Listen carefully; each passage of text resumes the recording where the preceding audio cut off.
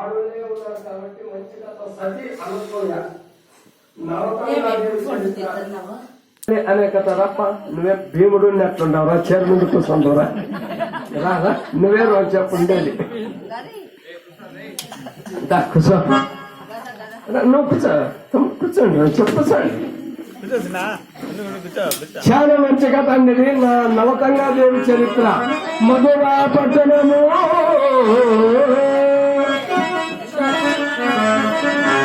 మధురా పట్టణము అనేటువంటిది ఒక పట్టణం కలదండి. ఆ పట్టణాన్ని పరిపాలన చేసేటువంటి మహారాజు పేరు రామలింగ మహారాజు అంటారు. అంతటి రామలింగ మహారాజు చక్కగా 4 పాదాల ధర్మాలతో రాజ్యం వెళ్తా అంటే ఆయన రాజ్యం ఎట్లుందండి, నెలకు 4 వర్షాలు కురుస్తున్నాయి, పాడి పంట క్షేమంగా ఉంది, రోగ రుజువు లేదు, పశువులకు మేత కరువు లేదు, ధర్మంగా నడుస్తోంది. 4 పాదాల ధర్మాలతో రామలింగ పట్టణం మధురా పట్టణం. ఎవరు నా సైడ్ చేస్తారు చూడమ్మా మా భీముడు కూతురేమో ఎందుకురాపో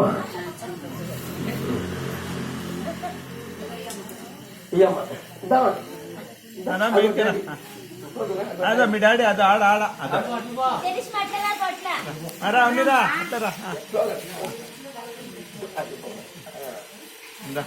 అక్కడ మధురా పట్టణాన్ని అంత చక్కగా రాజు రాజ్య పరిపాలన చేస్తూ వీరికొక విష్ణు ఆలయం కట్టించి ఆ హరిభక్తుడై వీరికొక అన్న ఛత్రం కట్టించి అన్నదానం పిలిచి దానం చేస్తూ ధర్మంగా ఉన్నాడు రామలింగ మహారాజు. అట్లుంటే అతనికి భార్య కలరని మహాకాంత శుద్ధాంత కాంత ఉత్తమోత్తమ సద్గుణవంతురాలైనటువంటి భార్య మన రామలింగ మహారాజు భార్య శీలవతమ్మ అంటారు. శీలవతమ్మ తల్లి. ఆ శీలవతమ్మ తల్లి ఎట్లా సేవలు చేస్తుంది, మొగుడు ఎప్పుడు భర్త హరి గురించి పూజలు చేస్తే ఆమె ఎప్పుడు మొగుడు గురించి ఆరాధన చేస్తా ఉంటుంది. ఎప్పుడు నా భర్త బాగుండాలా, నా భర్త దీర్ఘాయుషుడే ఎంత ఉండాలా, సుఖ సంతోషాలతో ఉండాలా అని ఎప్పుడు మొగుడిని ఆరాధిస్తూ ఉంటుందండి ఆ మహాతల్లి. అమ్మా పార్వతి దాచాయిని మా కుటుంబాన్ని చల్లగా రక్షించు తల్లి అని పార్వతిని వేడుకుంటా ఉంటుంది ఎప్పుడు. అమ్మా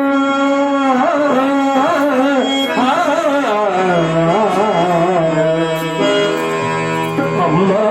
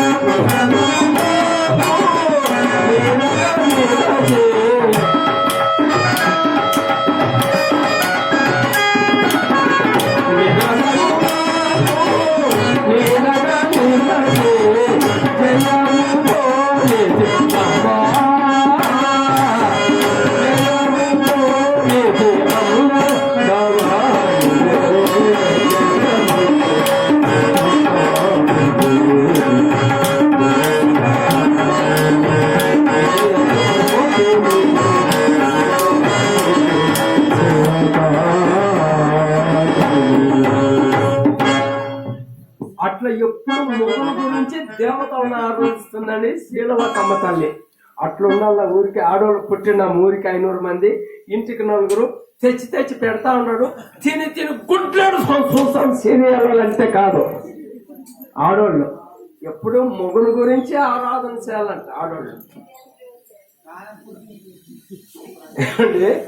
అట్లా శీలవతమ్మ ఎప్పుడు మొగుడు గురించి ఆరాధన చేసి పార్వతీదేవిని ప్రార్థన చేసి, కానీ ఆమెకు ఒక చింత నిలిచిపోయింది. ఏం చింత అంటే ఆ పరమాత్ముడు ఇచ్చిందే చూడండి, ఒక్కొక్కరికి ఒక్కొక్క చింత. దేవతలు కానీ మనమైన ఎవరన్నా కానిలే చింతలేని మనసులు ఉండాలా, ఎవరన్నా చింతలేని వాళ్ళు ఉండాలా. ప్రతి ఒక్కొక్కరికి ఒక్కొక్క చింత అండి. కొందరికి బిడ్డలు లేక చింత, అయ్యో ఇట అయితే బాగున్నాయి. కొందరికి బిడ్డలు ఎక్కువ చింత, ఎట్లప్ప వీళ్ళందరినీ చదివించేది లక్షలు పెట్టి అని. కొందరికి డబ్బు లేక చింత, కొందరికి డబ్బులు ఎక్కువ చింత.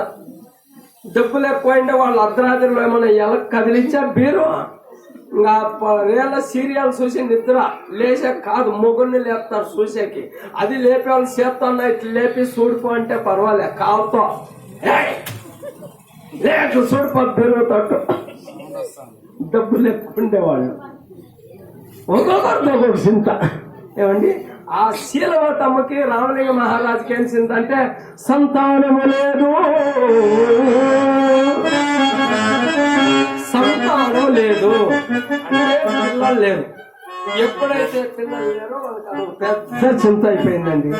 ఎంత రాజ్యం ఉంటే, వైభవం ఉంటే, మృష్టాన భోజనం ఉంటే ఏం చేయాలా? అపుత్ర గతిర్నాశ స్వర్గం వచ్చి అంటారు. బిడ్డలు లేని వాళ్ళకి స్వర్గం లేదంటారు కదా. మనకు పిల్లలు లేరే. ఈ మాట నా భర్తకు చెప్పి ఎక్కడైనా తీర్థయాత్రలకో, సాధు సత్పురుషులను సేవించేదో, పుణ్యంపరం చేసేదో, దేవస్థానాలు పూజలకు ఇచ్చేదో ఏదో ఒకటి చేసి ఈ కడుపులో సంతానమయ్యేంత వరకు వెళ్ళిపోదాము అని ఆ శీలవతమ్మ తల్లి నేరుగా భర్తకు చెప్పాలన్నా, బిడ్డలు కావాలా అనే మాట చెప్తామని వస్తా ఉంది. ఆడవాళ్ళు అట్లుండాల. ఏమన్నా చెప్పాలనుకుంటే, ఏదన్నా వాళ్ళ కష్టం చెప్పాలనుకుంటే, పుట్టినింటికి పోవాలనేదో, సొమ్ము సేపేలా, గుడ్డలు కొనాలా, ఇట్లా ఏమన్నా ఉంటే మొగుడికి చెప్పాలంట. భర్తకి ఆమె కష్టాలు ఏమన్నా ఆడవాళ్ళు భర్తకి చెప్పాలా. ఇప్పుడు చెప్తారు భర్తకి, మొగుడికి చెప్తారు. ఏమన్నా కష్టం వస్తే పక్కింట్లో పోయి చెప్పారు.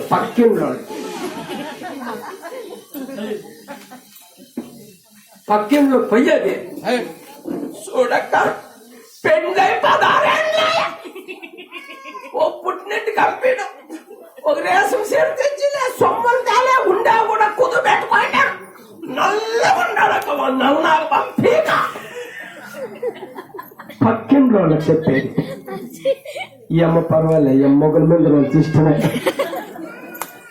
పర్వాలే.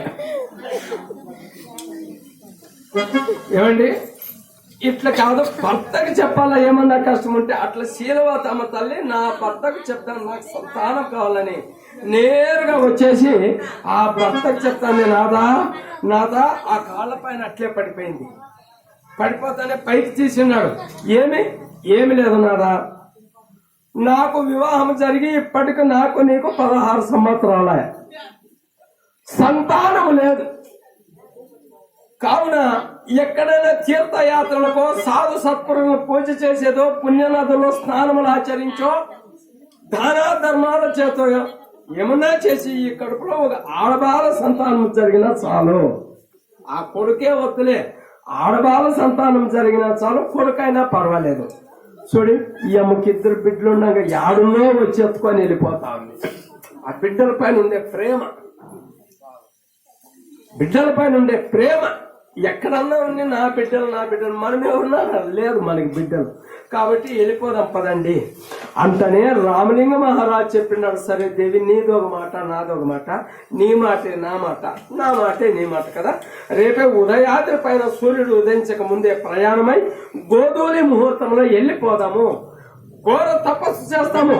పరమశివుడు మెచ్చి మనకు సంతానం కలిగిన ఎన్నుకొత్తాం, లేదా అక్కడే అడవిలోనే ఈ ప్రాణత్యాగం చేసుకుని కైవల్యం చేరుకుందాం పదా అని చెప్పి మాట్లాడి ఆ మాట చెప్తానే మహాతల్లి ఆనందం ఇంత కాదు, ఒక అంత అయిపోయిందబ్బా. నా భర్త నేను చెప్తానే ప్రయాణానికి సిద్ధమైనాడని ఆ ఆనందమే ఆనందం. చూడండి, ఒక్క దినానికి 3 తూర్లు మొగును పూజ చేస్తుందంట శీలవతమ్మ. పొద్దున్నే ఒక తూరి మొగుని పూజ, మధ్యాహ్నం ఒక తూరి, సాయంత్రం ఒక తూరి, ముప్పురొద్దుల్లో ప్రతి పాద శివ సతులకు మోక్షమని మొగునికి పాదాలు పూజ చేస్తా అన్నట్టు శీలవతమ్మ. అట్లుండాల. మీకంతా చేస్తా ఉన్నారంట 3 సార్లు పూజ. మీరే చేస్తా ఉన్నారా? వాళ్ళేం లేదు. అదే రివర్స్. అదేమంటే నిజం. శాస్త్రం ఏం చెప్తుందంటే భక్తులారా, ఒక మూడు షరతులు పాటిస్తే మనము కూడా వీళ్ళు కూడా మహాపతివ్రతలు అవుతారంట. వాళ్ళే కాదు, దేవతలే కాదు, సీతమ్మ, అనసూయ, సావిత్రి, వీళ్ళు నరతంగా వీళ్ళంతా పతివ్రతలు అంటారు కదా, మొగుని సేవ చేసిండారని. మన ఆడలు కూడా ఒక 3 షరతులు పాటిస్తే వీళ్ళు పతివ్రతలే. ఏమా 3 షరతులు అంటే, మొగుడు నిద్రపోయే వరకు భార్య నిద్రపోకూడదు. అదే మాట్లాడుతా ఉంటది, మొగుడు పూజ చేస్తాం రేపటి నుంచి.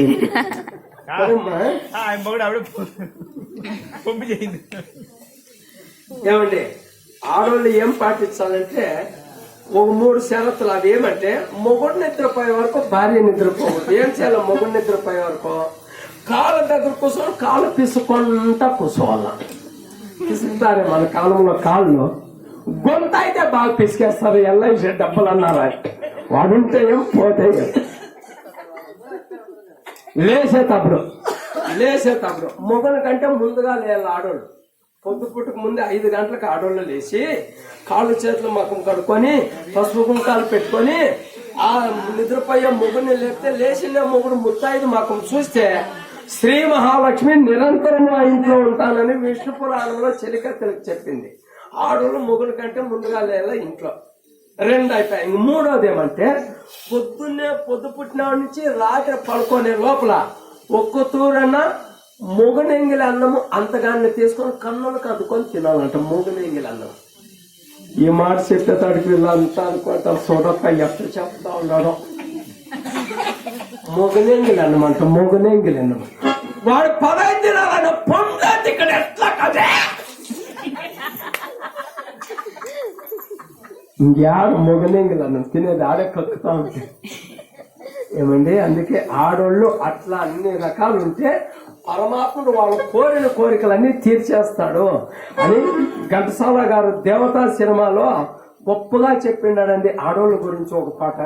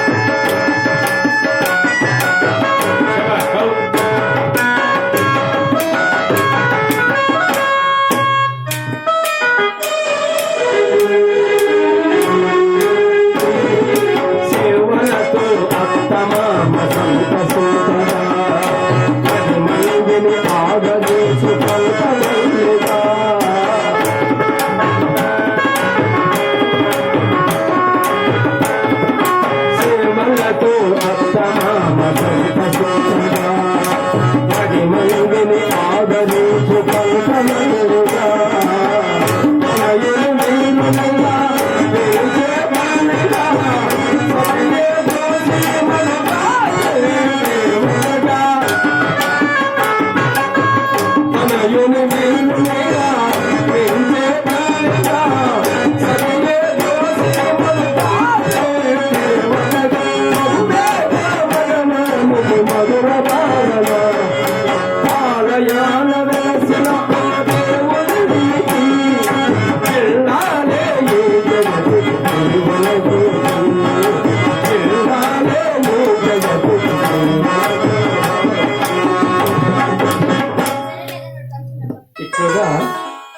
ఆడబిడ్డలు సంతోషముల చేత ఉండాలంట. ఎప్పుడు ఇంట్లో నగనగత ఆడోళ్ళు, ఆ ఇంట్లో శ్రీ మహాలక్ష్మి ఉంటుంది. ఇట్లా మహాతల్లి చెప్పింది, ఇంక పదండి పోదాము. రాత్రంతా ఆనందముల చేతండి. పొద్దున్నే ప్రయాణమై పోతా ఉన్నారు. బిడ్డల పాసరము ఎట్లా పోతా ఉన్నారు. ముందు రామలింగ మహారాజు పోతా ఉంటే వెనక మహాతల్లి శీలవతము చూసి అడుగులు, ఆయన అడుగెత్తి పెడితే అడుగుల్లో అడుగులు పెట్టి తడబడు అడుగుల చేత మెల్లమెల్లగా నడిచి పోతా ఉందండి శీలవతమ్మ గారు. మహాతల్లు అట్లుండాల ఆడోళ్ళు. బిడ్డల కోసం ఆ తాపత్రయం చూడి పోయి ఆమె ఎట్లా పోతా ఉందాం. బిడ్డలంత వరకు రానే వద్దమ్మా ఇక్కడ.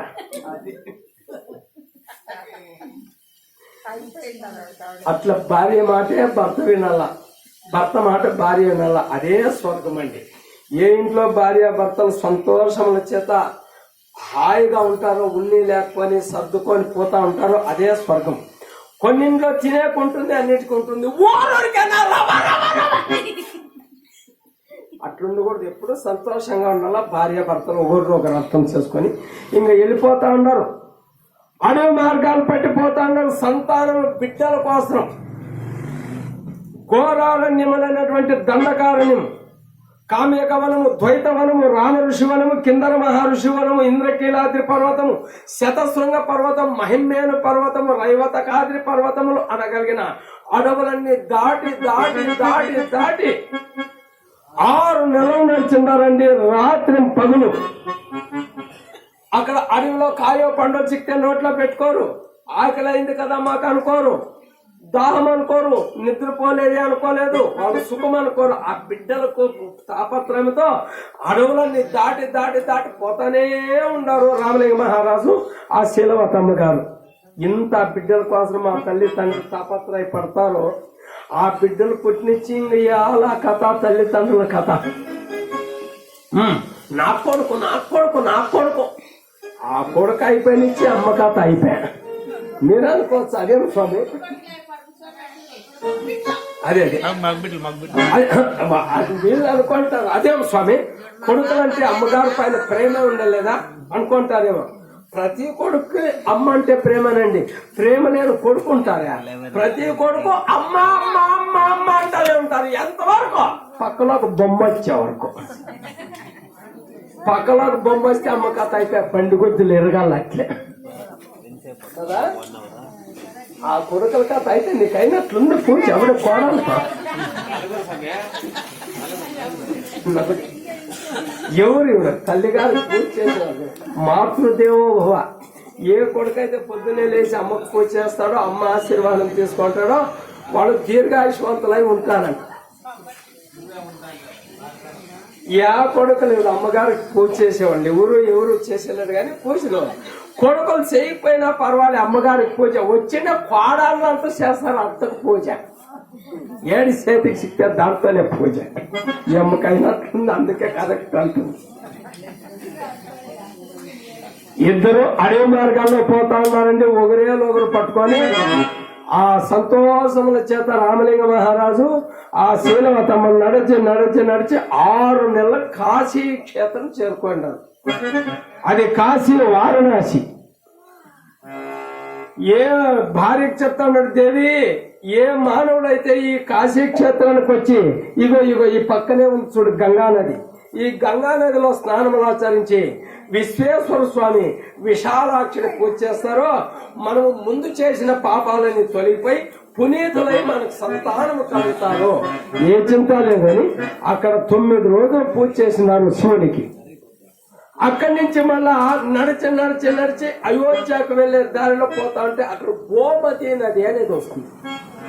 ఆ గోమతి నదిలో చెప్పినాడు మహానుభావుడు రామలింగ మహారాజు, దేవి ఈ గోమతిలో స్నానం చేసి మురకండ మహామునింద్రుడు తపస్సు చేసి ఆయన భార్య మరుద్వతి గర్భంలో కొడుకు పుట్టినాడు భక్త మార్కండేయుడు. అట్లా స్థలం కాబట్టి ఇక్కడే మనం కూడా తపస్సు చేస్తాము. తప్పకుండా పార్వతీ పరమేశ్వరుల అనుగ్రహంతో మనకి సంతానం కలుగుతుంది అని ఆ ఇద్దరు కూడా ఒంటి పాదం పైన నిలబడి చేతుల పైకెత్తి కన్నులు మూసుకొని భక్తి విశ్వాసముల చేత ఆ శివుణ్ణి వేడుకుంటూ ఉన్నారండి భక్తులరా.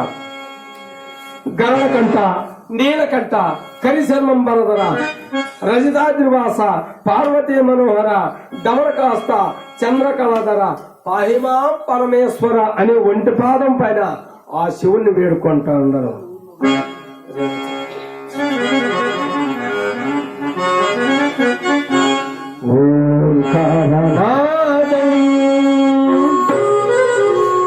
నా జీవ ప్రాణో